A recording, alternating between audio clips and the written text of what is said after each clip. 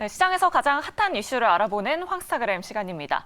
자, 오늘은 5월의 마지막 거래일이었죠. 이제는 6월 FOMC에 대한 정책 리스크를 확인해 보셔야 할 시점인 듯한데요. 이 FOMC가 오늘 이렇게 해시태그로 새롭게 올라왔습니다.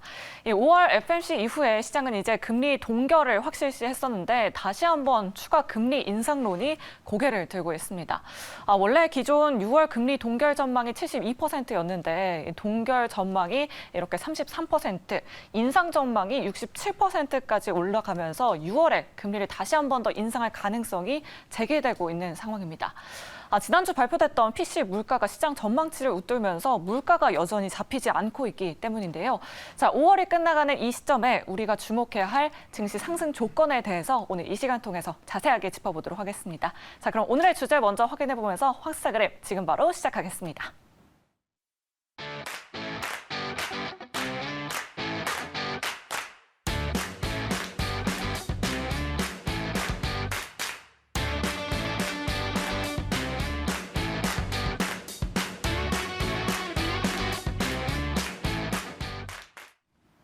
네, 급변하는 시장을 진단하고 그에 따른 대응 전략을 세워보는 시간이죠. 황스타그램 시간입니다. 자, 5월의 마지막 거래일 지정학적 리스크에도 흔들리지 않았던 증시가 이 중국의 경기 둔화 우려가 재차 강조가 되면서 하락으로 마무리가 되었습니다. 자, 오늘 이 시간에는 그래서 시장에서 항상 좀 가장 빠르게 시황을 분석하신다는 미래에셋증권 디지털 리서치의 김석환 선임 연구원 모셔보고 시장 상승을 위한 6월에 이 시장을 어떻게 견인해 나갈지, 상승 요건은 과연 무엇인지 집중적으로 한번 좀 이야기 나눠보도록 하겠습니다. 어서 오십시오. 안녕하십니까. 네, 바쁘신데 나오셔서 감사합니다. 아닙니다. 또 이렇게 뵈니까 상당히 좀 느낌이 새로운 것 같습니다. 아유, 감사합니다. 저는 예전에 뭐 유튜브나 이런 쪽에서 많이 좀 영상으로 공부 많이 했었거든요. 오늘 좀 많이 가르쳐 주십시오. 아닙니다. 제가 잘 부탁드리도록 하겠습니다. 알겠습니다. 6월 시장 상승률 뭐 어떤 것들이 좀 필요할지 좀 짚어 주셔야 될 것 같아요. 왜냐하면 지금 약간 좀 5월 마지막 날 흔들려서 좀 불안해하시는 분들이 계실 것 같은데. 뭐 일단 아무래도 저희가 이제 보통 그 5월달 증시를 좀 보면 뭐 셀린메이라고 하는 얘기를 많이 하는데. 그런 얘기 많이 하죠. 예. 그런데 이제 올해 5월달은 상당히 좀 달랐다라고 보시면 될 것 같고요. 이제 다만 저희가 좀 봐야 될 부분 중에 하나가 셀린메이는 잘 이렇게 버텨오긴 했지만. 지금 이제 말씀드릴 요건들이 6월 달에도 충족되지 않은 모습들이 만약에 나오게 된다라고 하면 셀링 준이 될 수도 있다. 그렇군요. 라고 생각을 좀 하고 있는 상황이고요.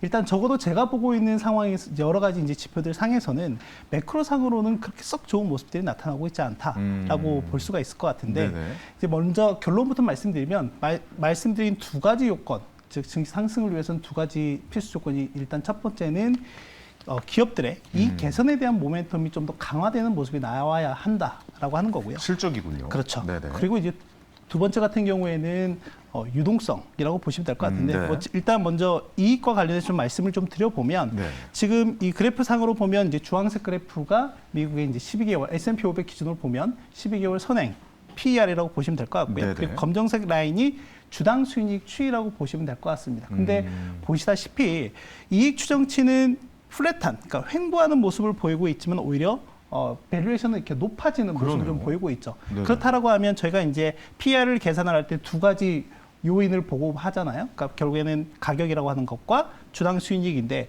주당 수익률이 플랫했다라는 소리는 결국에는 주가가 그만큼 올랐다. 고평가받고 있다. 하는 거죠. 네, 이제 그렇게 좀 보시면 될 것 같고 이런 관점에서 본다라고 하면 이제 다음 그래프를 좀 한번 살펴보시면 전체적으로 지금 S&P 500 기준으로 4,200선에서 그렇게 높이 더 올라가지 못한 모습을 좀 보이고 있다라고 본다라고 하면 지금 현재 밸류에이션이라든지 그리고 이익 추정치를 감안하면 일단 올해 올 수 있는 부분까지는 거의 다 왔다라고 좀 볼 수 있을 것 같습니다. 그러니까 올해 어떻게 보면 최고의 상승을 할 수 있는 부분까지는 좀 타치를 하고 있는 그런 상황이다. 많이 오르긴 했다라고 좀 분석을 해야 되는 겁니다. 네, 일단 저는 좀 그렇게 보고 있는 상황이라고 좀 보시면 될 것 같고요. 최근 들어서 이제 특히 이제 올해 들어서 시장에서 어떤 얘기를 좀 많이 하고 있냐면 지금 이렇게 증시가 상승을 하고 있는 모습을 좀 보이고 있긴 하지만은 상승의 퀄리티, 즉 질이 그만큼 좋냐라고 하는 부분에 대해서 상당히 퀘션을 좀 많이 갖고 있는 상황이라고 보면 될 것 같아요. 상승의 퀄리티라고 하면 어떤 점을 이야기를 그러니까 할까요? 이제 저희가 시장에서 여러 가지 지표들을 좀 볼 수가 있을 것 같은데 이제 그 중에 하나가 시장에서 이렇게 증시가 상당히 좋은 모습을 좀 나타내게 된다라고 하면 주가가 그만큼 좋다라고 하는 거잖아요. 이제 그런 관점에서 봤을 때 신고가 하는 항목들이 더 많아, 그러니까 기업들 수가 더 많아지느냐. 대한 이제 그런 지표도 있는데 네. 한번 좀 다음 그래프를 좀 한번 살펴보시면 볼까요? 실제 신고가와 신저가의 차이를 좀 한번 살펴보시면 실제로는 최근 들어서 감소하는 모습을 좀 보이고 있고 그러네요. 상대적으로 주가는 좀 더 강세의 모습을 좀 보이고 있다라고 보시면 될 것 같고요. 원래 이제 이 두 개의 지표 간의 상관관계가 이전에는 상당히 좀 높은 모습을 좀 보였다라고 굉장히 보시면 될 것 비슷하게 같아요. 갔었는데 맞습니다. 여기서부터 2022년 7월부터 약간 좀 갈리기 시작하네요. 맞습니다. 예. 그래서 이제 지금 같은 경우도 보면 실제 지난해 10월 이후에 보면 어떻게 보면 박스권에 좀 갇혀 있는 형국이다라고 좀 보시면 될 것 같고, 근데 네네. 그 와중에도 지수는 계속해서 연초 이후에 상당한 강세의 모습을 좀 보였다. 라고 좀 보시면 될 것 같고요. 이제 다음 장표에서 좀 보시면 저희가 이제 보통 기술적으로도 얘기를 좀 많이 하거든요. 네네. 이동평균선이라고 하는 뭐 50일 내지 또는 200일 이동평균선 대비했을 때 얼마만큼 한 섹터에서 얼마만큼 많은 기업들이 네.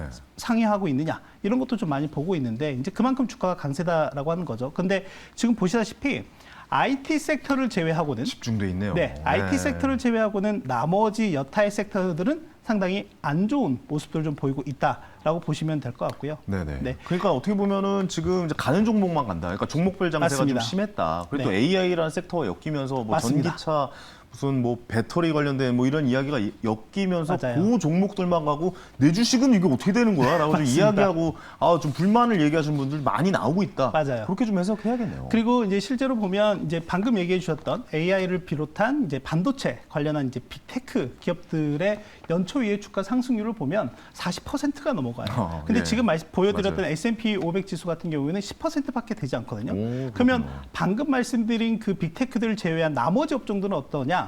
방금 여기 오기 전에 제가 데이터를 돌려본 결과 네네. 마이너스 1.5%입니다. 오히려 마이너스군요. 네. 나머지 한 490여 개의 기업들은 마이너스를 기록을 하고 네네. 있다라고 하는 거죠. 일부에 치중된 빅테크 AI 관련 반도체 주식만 상승했고 나머지는 마이너스를 기록하고 맞습니다. 있다. 뭐 이렇게 좀 네. 결론을 낼 수가 있겠네요. 그리고 또 다른 지표들하고 또 많이 비교가 가능할 것 같은데 네네네. 이제 저희가 이 나스닥 내에서도 그러니까 나스닥에 대략 한 3천여 개가 넘는 기업들이 있는데 나스닥 내에서도 빅테크 중심들의 그 지표가 나스닥 100 지수라고 하는 게 있는데 보통 이 나스닥 100 지수하고 저희가 이제 중소형 지수인 러셀 2000과도 좀 상대적 강도, 상대 지수를 좀 비교해 보는데 네네. 지금 이 지수 같은 경우가 2000년 초반에 있었던 닷컴 버블 이후에 가장 최고치까지 올라와 있다라고 보시면 될 것 같고요.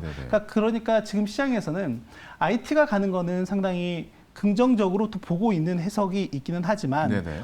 지금 제가 보고 있는 입장에서는 시장이 상당히 좀 쏠림 현상이 그러네요. 과하다라고 좀 볼 수가 있을 것 같고요. 그렇다고 하면 시장이 질적으로 상당히 양호한 상승의 움직임을 보이기 위해서는 이러한 메가캡 또는 뭐 블루칩들의 이러한 상승 흐름들이 그 밑에 미드캡이라든지 또는 옐로우칩 쪽으로 낙수 효과가 좀 나타나야 된다라고 네. 하는 거고 네. 지금 보셨던 것과 달리 그러니까 지금 IT에 집중되어 있는 이런 부분들이 다른 여타의 섹터들로 같이 좀 고르게 분포되는 모습들이 나타나야 시장이 상당히 강한 상승 기조를 유지해 나갈 가능성이 있다라고 하는 거죠. 그러네요. 사실 그동안 뭐 금리 때문에 기술주들이 많이 힘들었고 나스닥 지수도 많이 힘들었고 뭐 그랬던 모습을 좀 보였었는데 그러니까 금리가 이제 완화된다 뭐 그러니까 올리지 않겠다라고 기조가 좀 보일 것 같으니까 기술주들이 갑자기 무슨 AI와 엮이면서 폭등하고 있는 이런 모습들. 네. 그러면서 약간 불안불안해지는 그런 모습. 뭐 그런 모습들을 좀 엿볼 수가 있는 것 같은데 그러면 어느 정도 일시적으로 너무 크게 상승했기 때문에 약간의 조정 구간이 좀 있어야 된다라고 좀 보고 계시는 거예요. 일단은 뭐 그게 좀 필요하다라고 좀 필요하다. 생각을 하고 예. 있고요. 네네. 그러니까 AI를 중심으로만 어떠한 산업의 패러다임이 바뀌는 부분에 대해서 부정적으로 보거나 또는 비관적으로 본다라고 하는 게 아니라 네네. 결국에는 저희가 증시의 상승을 동반하기 위해서는 기본적으로 그런 산업의 패러다임을 바꿀 수 있는 새로운 기술도 필요하지만 그렇죠. 방금 말씀드린 기업들 또는 산업들 전반적인 이 개선의 모습들이 동반되는 게 훨씬 더 퀄리티가 높은 상승을 담보할 수 있다라고 하는 거죠. 그렇죠. 그래야 건전한 주식시장, 탄탄하고 맞습니다. 건강한 주식시장으로 상승으로 갈 수 있다. 탄탄하게 밑이 다져져야 된다라고 그렇죠. 좀 말씀을 해주신 것 같습니다. 자, 두 번째 필수 조건도 말씀해 주셨잖아요. 유동성을 아까 또 맞습니다. 말씀해 주셨는데 유동성은 또 어떤 걸 좀 봐야 될까요? 이제 방금 얘기해 주셨던 것처럼 네네. 그러니까 빅테크들이 이렇게 잘 갈 수 있었던 요인 중에 하나가 유동성이었다라고 이제 볼 수가 있을 것 같은데 네네. 실제 좀 저희가 두 가지 그러니까 올해 들어서 한 두 가지 정도로 그러니까 시점을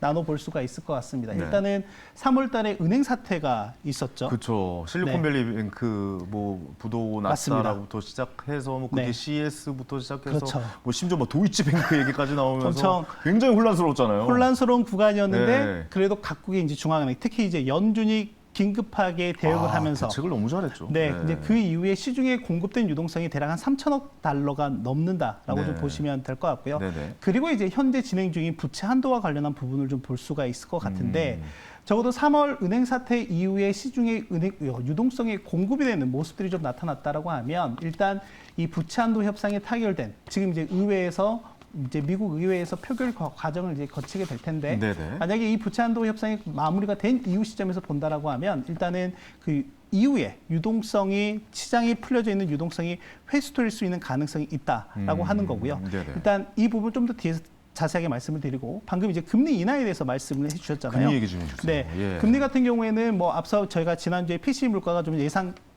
시장 예상보다 좀 높게 나오면서 네. 일단은 시장에서는 어느 정도, 그러니까 연내 금리 인하의 기대감이 상당히 많이 굉장히 낮아졌다라고 보면 될 것 높았었다가 같습니다. 낮아진 거죠. 네, 그래서 예. 이제 준비한 화면 중에 저희가 항상 뭐 시장 내에서의 그 금리 전망치가 이제 CME, 페드워치를 통해서 확인을 할 수가 있는데 지금 보시다시피 원래는 올해 상당히 5.25%가 대부분 이제 이전에는 불과 한 달 전까지는 상당히 좀 높은 수준이었는데 네네. 이게 지금 5.5%까지 올라와 있는 상황이라고 일로 보시면 될 것 넘어온 같고요. 거죠. 그렇죠. 예, 예. 그리고 지금 또 어떤 일각에서는 5.75%까지도 보고 있는 상황이다라고 어허. 보면 될 것 같습니다. 네. 근데 이제 이 수치들 같은 경우에는 한 2주 전에 그 저희 이제 연준 내부 인사들 중에 가장 매파적인 인사가 세인트루이스 연은 총재인데 이분이 이제 보험성 금리 인상에 대해서 얘기를 하고요. 그 금리 인상의 폭을 대략 한 50pp 정도를 얘기를 합니다. 그렇군요. 이제 그런 얘기들이 이제 시장에 반영이 되면서 좀 약간 이런 가능성들이 좀 바뀌었다라고 좀 보시면 될 것 같고요. 근데 이게 불과 한 달 전까지는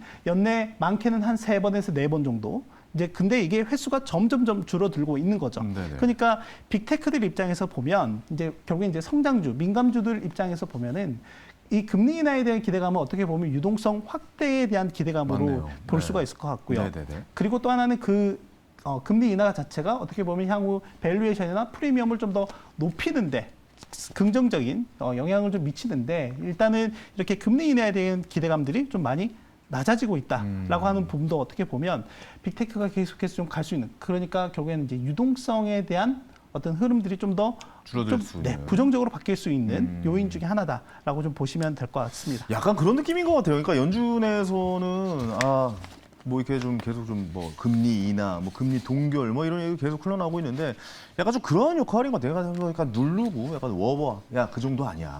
너희들이 생각하는 그 정도 아니니까 그거 너 까불지 마 약간. 가만히 잘 대응을 하고 있어. 지금 그렇게 그 정도 올라갈 거 아니야. 주식이 이렇게 기술주가 이렇게 올라갈 거 아니야. 약간만 좀 잠깐만 좀 천천히 좀 생각합시다. 약간 뭐 이런 느낌을 좀 받고 있다라고 좀 생각이 들거든요. 그 이제 연준이 결국에 이제 그렇게밖에 할 수 없는 이유가 뭐냐면 지금 은행 사태는 어느 정도 봉합이 됐다라고 좀 생각을 하고 그렇군요. 예.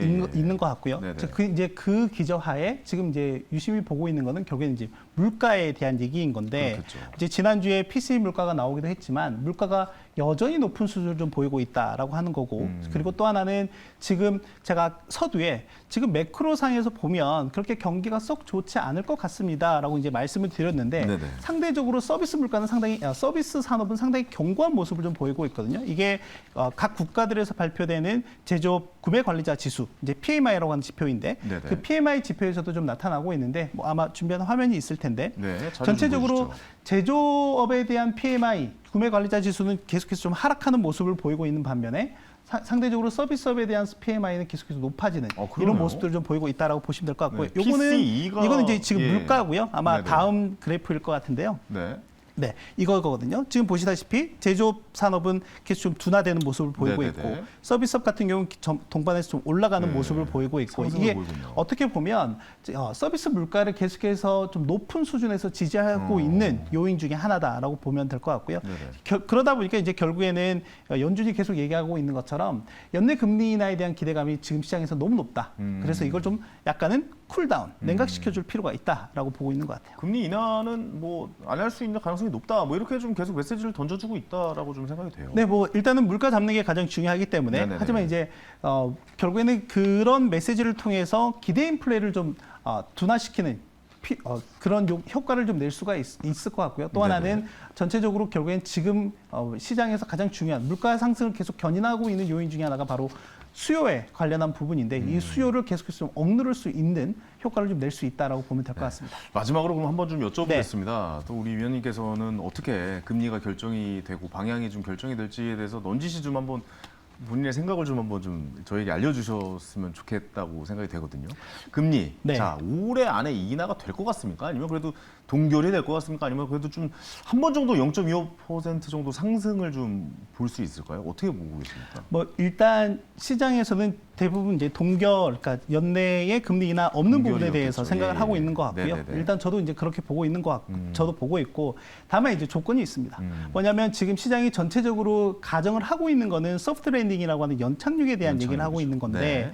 지금 여러 가지 상황에서 본다라고 하면 약간 연착륙을 좀 넘어서는 좀 더 하드한 랜딩, 즉 경착륙의 가능성도 있다라고 볼 수 있을 것 같거든요. 그렇군요. 만약에 이제 그렇게 된다라고 하면 그 시점에서는 연준이 좀 더 적극적인 금리 인하 정책을 펼칠 수 있다라고 보고 있습니다. 네네. 그렇게 경착륙이 된다면 갑자기 뭐 주식은 굉장히 큰 폭으로 좀 하락하는 분도 한두 번 정도 나올 수 있다라고 좀 봐야겠네요. 맞습니다. 네. 아까 그 제가 이제 매트릭스 차트를 한번 보여드렸잖아요. 네네네. 밸류에이션과 이제 그 차트를 보여드렸을 때 이제 여러 가정들이 있었는데 중간이 이제 소프트 랜딩이었고 맨 가해가 이제 가쪽이 하드 랜딩과 관련한 내용들이었는데 이제 네네네. 그런 한번 테이블을 좀 참고해서 보실 필요가 있을 것 같아요. 네네.